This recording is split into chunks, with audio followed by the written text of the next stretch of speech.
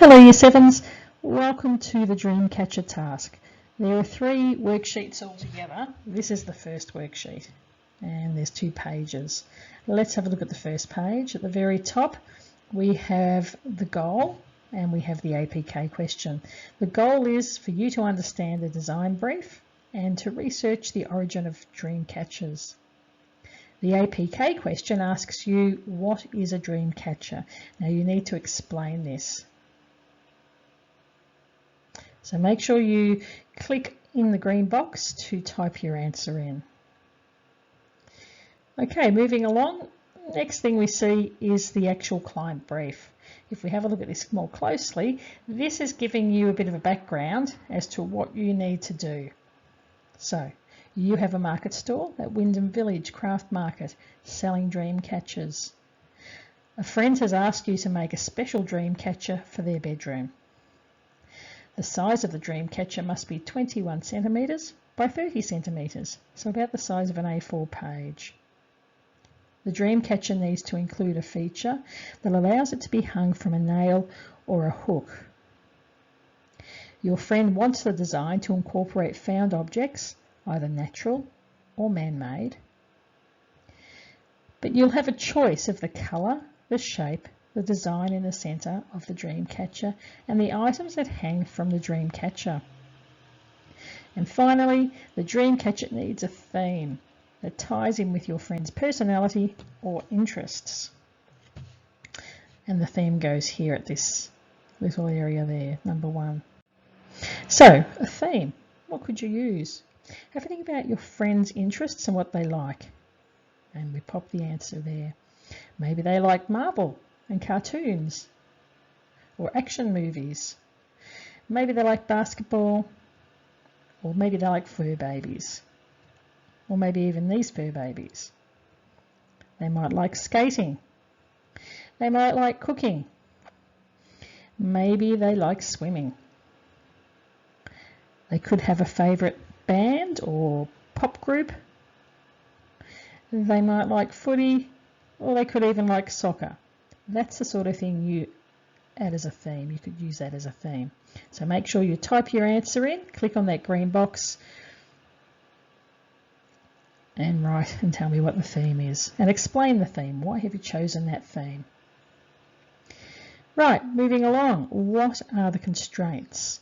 Now, constraints are things that you can't change. They're things that in the brief you must do. It's what the client wants. Imagine if I had to make a wedding dress for someone and they wanted it white and floor length and off the shoulder.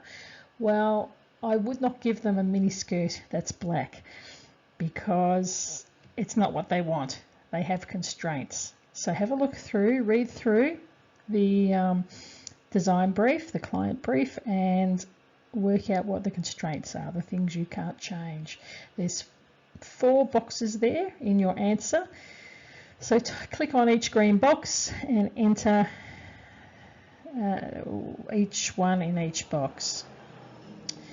The next one, what is the considerations? These are things that you do have a choice about. Okay, so you have a bit more freedom, a bit more creative freedom. Click on the green box. There's at least 4 in the client brief and give me the answers for what the considerations are. Okay, now your rubric. If you're wanting full marks, there's a possible 11 marks on that first page. There's 1 mark for the APK question, and if you want 1 out of 1 for that mark, you need to answer in a full sentence and make sure you have full sentence structure. So in other words, capital letters, correct spelling, full stops, commas. Make sure it's a proper sentence. The next one, the theme. You fully explained the theme and you've used full sentence structure. Again, capital letters, full stops, any commas you need, proper spelling. Constraints. Now there's a possible 4 marks, so there's got to be a possible 4 constraints. You can answer these as just single words, but they must be the constraints that you find in the client brief. And finally, the considerations, possible 4 marks, 1 mark each. There's 4 considerations. You will find those in the client brief. And if you get them all right, you get 4 out of 4. Now pause the video, complete the first page of this first worksheet, and then when you're finished, resume the video to continue on. Good. Okay, so page number 2. Let's have a look. When we learn about something, it's always good to get a bit of a background understanding and knowledge of what it is we're about to embark upon. So we are going to look at the background and understand the history of Dreamcatchers. If we look closer at that top part of the page, we'll see that it's the research section, and you'll see here there is a link or an address that you need to type into your computer, and takes you to Wikipedia, and it's the Dreamcatcher, or it's the Dreamcatcher that we have on Wikipedia. Okay, and it will show you different images.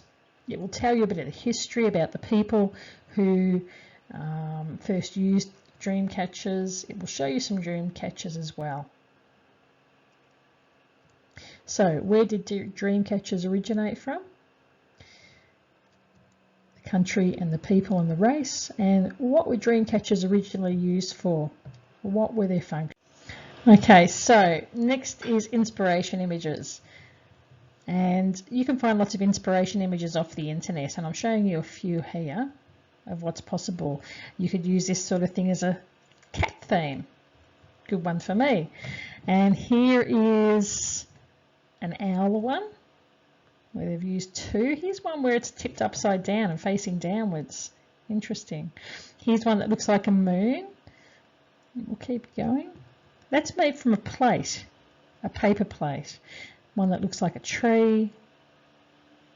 So you might be thinking, what can I use? I've got nothing round to make this one. Actually, this one could be used like an atom and a proton and a neutron. Looks very sciencey. Triangular one. So you might be thinking, what can I use? I haven't got anything round. Well, you could use a paper plate. Here's one that's made from a paper plate. Go raid the cupboard and see what Mum and Dad have got. But make sure you ask if you can use things. This is made by just a twig joined together. These are doilies. Your mum might have some, or granny might have some old doilies. Here's a what looks like a scene. Another paper plate. Really easy to do. Here is a theme of the ocean. And that's a shell, so that's a little one. And another one made by a shell. Okay, one just sticks that have been shaped into a sort of semicircular configuration. Here's a Lego one. So they were pretty cool, aren't they? Use your Lego. And here's some rusty old things you might have found in the garden or the shed. So you certainly could use those. They're found objects. So don't forget you're using found objects. Square. Little tiny earrings made from shells. And these are just found little things, random things from the garden. Okay, a superhero one. But how do we get the images off the internet and into the worksheet? Okay, so what you've got to do first is just save it to your laptop. Okay, you open up your inspiration page in your laptop, and in the box there's a word insert. Double click on that word insert and it will highlight as you see it there. Go upstairs and we click on insert, and all these little menu boxes will drop down. Click on picture. Okay, and then all your files will drop down. So you can access all your pictures and all your files from this page here. You might have saved them in pictures. Desktop could have been saved in. I saved my pictures in desktop, so let's go and find them.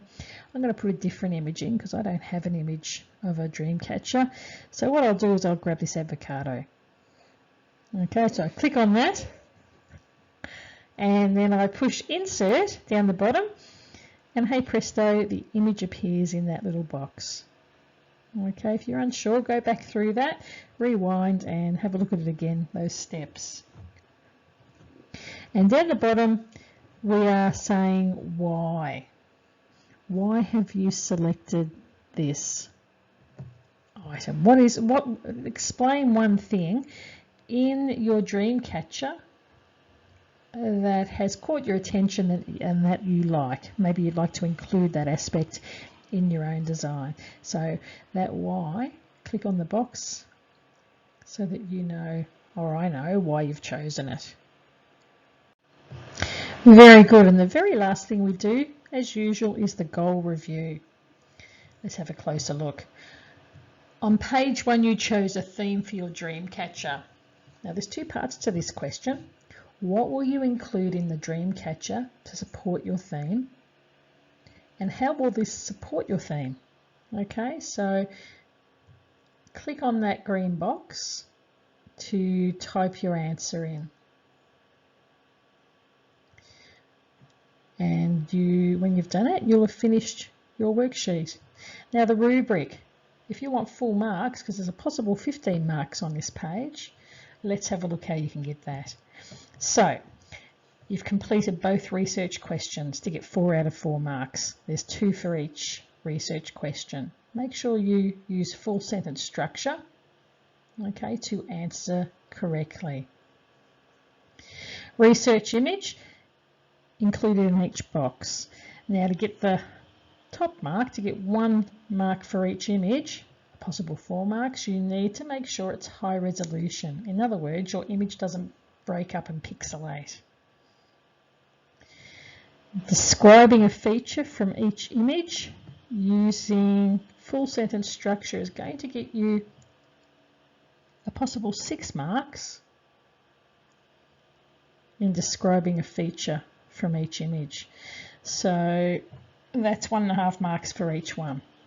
And you can see how it's broken up there. Full sentence structure, limited sentence structure, and you only listed. Okay, and then the goal review, again, 1 possible mark. Full sentence structure is required if you want the full mark. It does all add up. It's only 1 mark, but they do all add up. Now, pause the video and complete page 2. You can always rewind and go back and listen to things if you're unsure. And I'll see you on the next worksheet.